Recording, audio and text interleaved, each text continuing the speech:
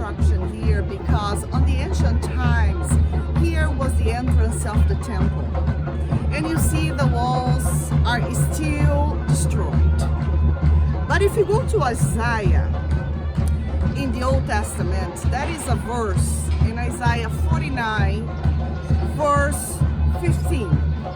The scholar says that this is the most beautiful statement about the love of God for me and for you in the Bible. Do you want to hear?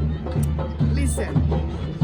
Can a mother forget the baby at her breast and have no compassion on the child she has born? Even she may forget. And then God says, I will not forget you. Wow.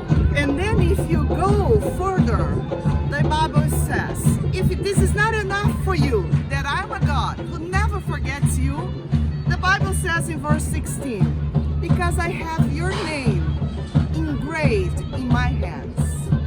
Is that enough for you? And then comes the most beautiful verse for me. That is verse 17.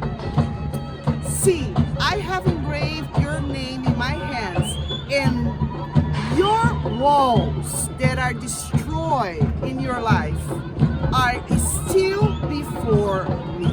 I love that part. Because in the time of Isaiah, the walls of Jerusalem were totally destroyed. The mothers were afraid of the enemies to come and take their children and then make them slaves. But God heard their crying, and he says, your walls, even destroyed, I know your walls. They are always before me. Maybe you have a wall today. Maybe it's a relationship that is completely destroyed. Maybe your emotional health. Maybe you are in depression. Maybe you have many things around you that is completely destroyed. Walls that you see and say, how come by my power I can put all those pieces together? But it's not impossible for Jesus. The Bible says, your walls are always before me. I will never forget you. I have your name in my hands, and your walls are mine. So give your walls to Jesus. He knows how to put the pieces together, how to bring yourself together, and do for you a completely healing. Is that a wonderful promise? And if it's not enough for you, when you go to Hebrew, there are two never, never that I love it.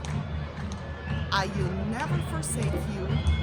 I will never leave you.